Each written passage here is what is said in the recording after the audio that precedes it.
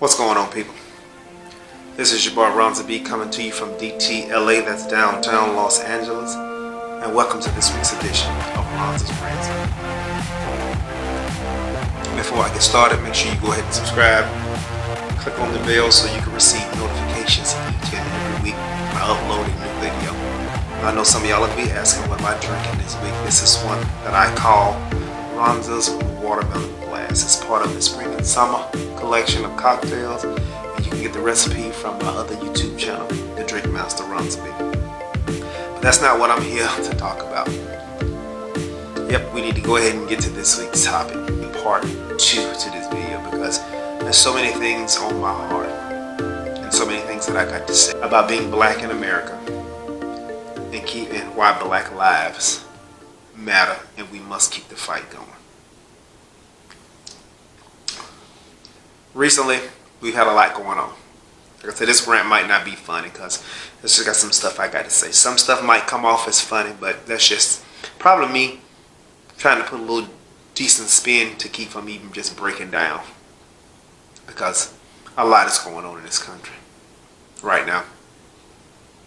On top of a pandemic of COVID-19, we also have deaths that have recently occurred with our black brothers and sisters. You have Ahmaud Arbery, black man that was just jogging, minding his own business, and was gunned down like it was deer season. Like he didn't matter. You have a young lady sitting in her own house, sleep, wake up to somebody breaking and entering, and 3 police come in, shoot her down in her own house. And then you have George Floyd, who was videotaped, just like Ahmaud, by police officers, being murdered. We got people in office that have been in office for years. You got our all the way up to your senators and everything. Vote these people out. They're not doing anything to change any laws to create an even playing field. Because see, that's all we want. We just want an even playing field. But y'all can't do that. You can't do that. So if you want change, we got to vote them out. There's no reason that these old people that have been holding their seats, they're not trying to create change. One, they're just trying to create a check. Some of these laws was written long time ago, and some of these policies were put in place. They were put in place to keep us where we are, because people feel we don't need protection. We need all the protection. People saying all lives matter. Yes, all lives matter, but black lives matter, because when we say black lives matter, it don't mean we don't care nothing about anybody else's life, because nobody else's life is in jeopardy.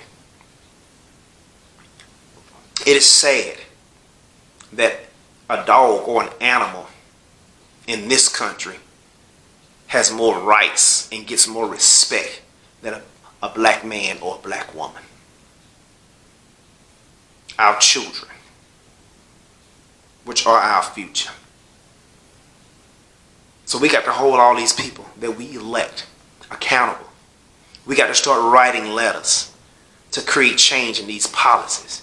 Whether it's one by one by one by one, we got to get together and do what we need to do. And if you have Caucasian white friends, if your white friends are not standing beside you, I'm here to tell you, they're probably not your friend. If your white co-workers are not standing beside you, ready to protest, they're not who you are, who you think they are. They're probably one of the others. Because if you can't stand for what is right, then that lets me know the type of person you are. If your co-workers or your manager that's not African American, it's white, Caucasian, if they haven't said anything to you about what's going on, then they don't care. I know my manager hadn't said a word. It's business as usual to him. He's not asked me not one time, how am I doing with all of this? He has not asked me not one time how this is affecting me. because he don't care. And that shows me the type of person he is. So if your manager, your coworkers are not saying anything and it's business as usual, then you need to watch them.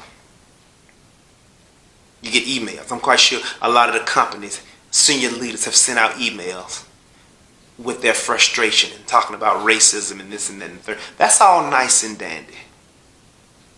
You can say that on the surface because it's the right thing to do, and it's a checkbox off your list of things that you've done. I've sent out a statement. We've done our part. No, you haven't. It takes more than a statement, senior leaders of these companies, especially when you got minorities and African Americans are the ones that are actually keeping your company afloat, because we do the bulk of the work. But we don't get credit, we don't get promoted. You see statements from companies talking about they're not racist. They don't stand for racism. Yes, you do. Pull your salaries. Just pull salaries. And then compare these jobs. And then compare who's working those jobs. When you compare this list of jobs to this person white, this person black, look at those salaries. Most of the people that are African American are making less than their counterparts to do the exact same job. That's what we call hidden racism. That's exactly what it is. But people don't want to talk about that. And to our Caucasian and white friends that are standing with us, we appreciate you. We appreciate everything that you are doing. We appreciate you for getting on the front line. And for our white and Caucasian friends that are raising little black boys and little black girls, we appreciate you because we know you have it rough. Because you got people looking at you sideways because you have married or fallen in love with somebody outside of your race. And now you have little brown boys and girls. And now you're having to teach your kids that are going to be looked at as black no matter where they go, no matter who their parents are. So we tilt our hats off to you. You keep joining the fight. Keep being in the trenches, because we're going to be in the trenches together with you. And again, if your people are silent, you need to watch those. Now, I've seen posts. Some people say, well, I don't know what to say. Well, you know what? Say you don't know what to say. Say, I've never had to deal with this in my life. It's wrong. What can I do to help? If you're not asking what you can do to help, then you're part of the problem. I heard Dr. Phil say the other day that there is a thing about white privilege.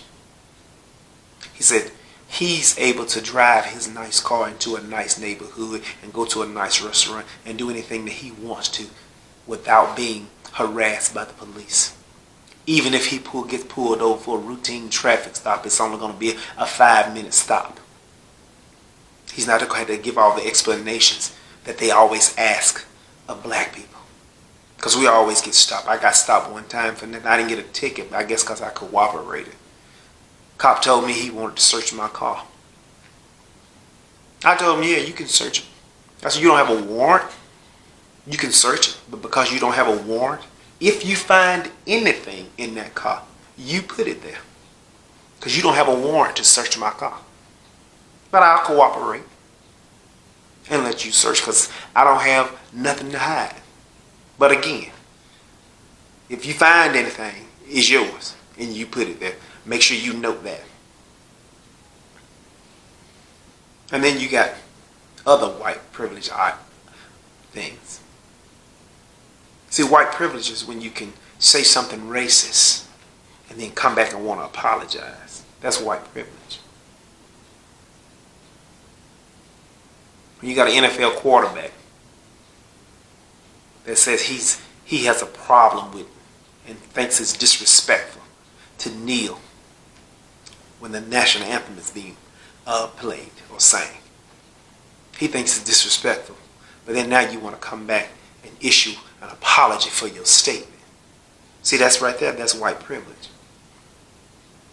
I can go and say something racist. I can go say something insensitive during this crazy time. But when I get backlash, I can run. Oh, I apologize. I didn't. No, you said what you said. You said what the fuck you said, and you meant what you said. So don't try to use your privilege now to apologize. If you were confident in saying what the hell you had to say, then stand on it. Because again, police brutality amongst African Americans is a thing in this country, and it needs to be stopped. I hear people saying there's good cops, there's bad cops. There's bad cops, true enough. But for me, a good cop that stands around and allow a bad cop to commit murder, you're not a good cop. You're not a good cop. If you allow your partner to be too forceful on an African American after they've been detained, handcuffed, and on the ground, and you still kicking and punching, no. Once they've been detained, that's over with. If good cops, you're not a good cop.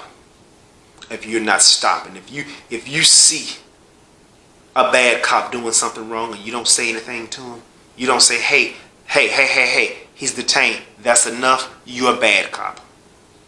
You're a bad cop. You should be able to sit there and say, no, that's not right. What you're doing is wrong. We have this man in cuffs. He's been detained. We're taking him to jail. There's no other reason to be beating on him. There's no other reason to be kicking him. There's no other reason to have your knee on his neck. There's no reason to you to be doing anything to this individual other than putting them in the car and taking them down to the jail cell. That's over with. Because we all know, and we've seen it. We've seen you de-escalate and detain white criminals like it's no big deal.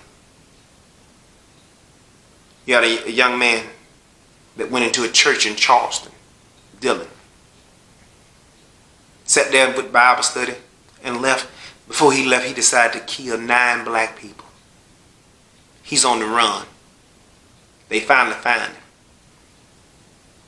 They didn't beat him up. They didn't drag him. They didn't do anything that to him. They took him and got him a hamburger. Black criminals have to be beaten up or killed for the least little thing. It could be a minor traffic ticket. But this young man gets to get a hamburger. That shows you how the privilege is. I've seen protests of white people because they're upset because of COVID-19. So they're going to protest to get their states open. They coming in with assault rifles and everything. Nobody was tear gassed. Nobody was shot with a rubber bullet. None of that type of stuff because that's their privilege. But we show up to protest peacefully. And it amazes me how the color of our skin threatens you. We don't have a gun. We don't have an assault rifle. We don't have our... I saw some of the people. Some of them had their rifles out, pulled, finger on the trigger, ready. But you're not threatened by that. But it amazes me how you are merely threatened by the color of our skin. A black man's skin threatens you. How is that? I would never understand how the color of a man's skin would threaten someone. It's times like this when I'm reminded of a monologue from the movie Dinner in America by actor Joe Morton. There's a lot going on. And somebody asked him, aren't you going to say something? And he did say something. He said, you people, you're not a race. You are a virus. You destroy the world, everything beautiful. You poison. You dragged us from our homes. You raped our daughters, murder our sons. You cracked our spines, and you do all you can to break our will. You stab us, and then you put the knife in our hands and tell us that it's our fault. And when you don't do it yourself, you stand by, close your eyes, and you pretend there's nothing wrong. And then you pray. You pray to your God to silence our screams so that you can enjoy the happiness that we built for you with our own blood. But it's not your fault, because that is the only way you know how to be. And the only thing that will change anything is if another virus comes along and does to you what you have done to us. And I hope that happens very soon. Is that what it's going to take? An eye for an eye? You kill one of ours? I mean, what type of monster are you to kill a person in cold blood and go home as if you haven't done anything wrong? How would you feel if someone took your loved one right from under you for absolutely no reason? Merely for the color of their skin. It's crazy. This is why we got to do something. We got to keep going. We got to keep going. We got to press. Again, like I said earlier, if your lawmakers are not doing what they're supposed to do to create an even playing field, because that's all we want, we need to move on. Vote them out. Election day is coming. I know a lot of people were so excited to hear former President Barack Obama speak. And that's all good and dandy. But his term is over. He can only do so much. We got to keep pounding and keep going and keep doing what we need to do to get these people out, to get these policies changed. It's a sad day for me. It's a sad day for all of us. And that's all we want. We want to be able to live without being killed just for being black. Because being black is a beautiful thing. It shouldn't be looked at as something evil. It shouldn't be looked at as a crime. And then some of these people have the nerve to talk about their Christians and their Bibles. And so the Bible, I think the Bible says that thou shalt not kill, but you can. But I guess in their minds, as long as it's a black person, then it's okay. No, there's no justification for that. Again, we need to be calling for immediate. These people need to be locked up. I know people are excited because their arrests have been taken. They have been arrested and taken into custody. I get it. That's good. But we've seen this before. We've seen them find loopholes to get these people off. And this is why these laws and these policies and everything must be changed, and they must be updated. And that's what we need to be fighting for, to get these policies and get these laws changed. Create an equal playing field. Because there is no reason that a cop can kill an innocent person. Whether they black, white, Hispanic, it don't even matter what color. When you kill a person on the job, and there's a reason that that person should not have died in the hands or in the custody of law enforcement, when you are supposed to be protecting, then guess what? You are part of that's the problem. I think we need to create laws and policies that hold them accountable. You need to be held accountable. If you kill a person, you're held accountable on the job. If we watch a video and a body cam video and bystanders that are filming, and we see you just murder somebody for no apparent reason, all that extra force, deadly force that you used was not necessary, you should automatically be prosecuted. There's not even, like I said earlier, I don't even see the need for a trial. What do we hold a trial for? That's what we need to be pushing for. We don't need a trial for these murders. These were cold-blooded murders. Hands down, murder. There was no accident to any of these murders. They were planned, they were thought out, and they decided what they were going to do. The guy that killed George, he knew exactly what he was doing.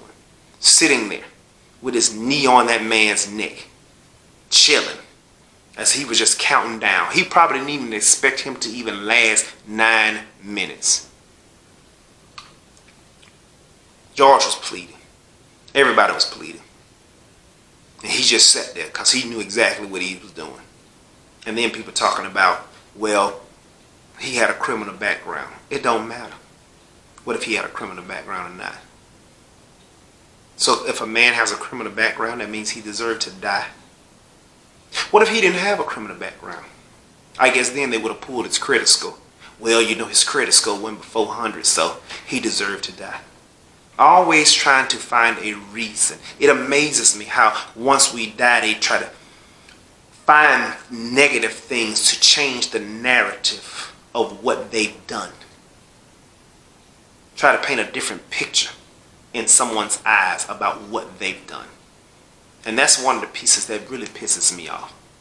Nobody deserves to die in the hands of the police. And a lot of police get offended because people look at them like gangbangers. Well, that's how you act. You act like gangsters. Like you don't care. Like right now with the protests. The thing that's leading the world now. He's giving you the authority to shoot. So some of these police officers are excited and they can't wait to get to work because they're ready to get out to these protests and do just that. What type of person are you if you just want to take the life of someone else?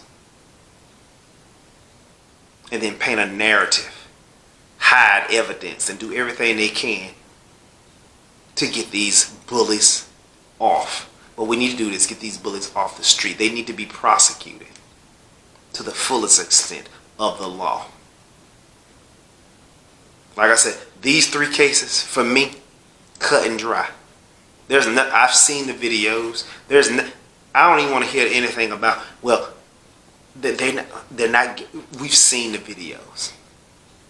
So if you want to make a change and you want to move forward, send these people to jail. Prosecute them to the fullest extent of the law. Don't find loopholes to get them off. Because again, what I said, we've seen this song and dance before. All the way down to Sandra Bland, to Tamir Rice, and the list goes on. How long is this list? How long is you planning to grow this list? So what's it going to be? My good white people. Are you going to stand and help us fight for justice? And help us fight for policy change, laws to be changed, and to get everything changed to create an equal playing field? Or are you going to continue to stand by, close your eyes, and pretend that there's nothing wrong? But again, this is your boy Ronza Bee, coming to you again from DTLA, downtown Los Angeles. Don't forget to subscribe. Click on the bell so you can receive notifications each and every week when I upload a new video. Make sure you share, like, and comment. And again, remember, your comment or your post just might become one of Ronza's rants. Y'all be good.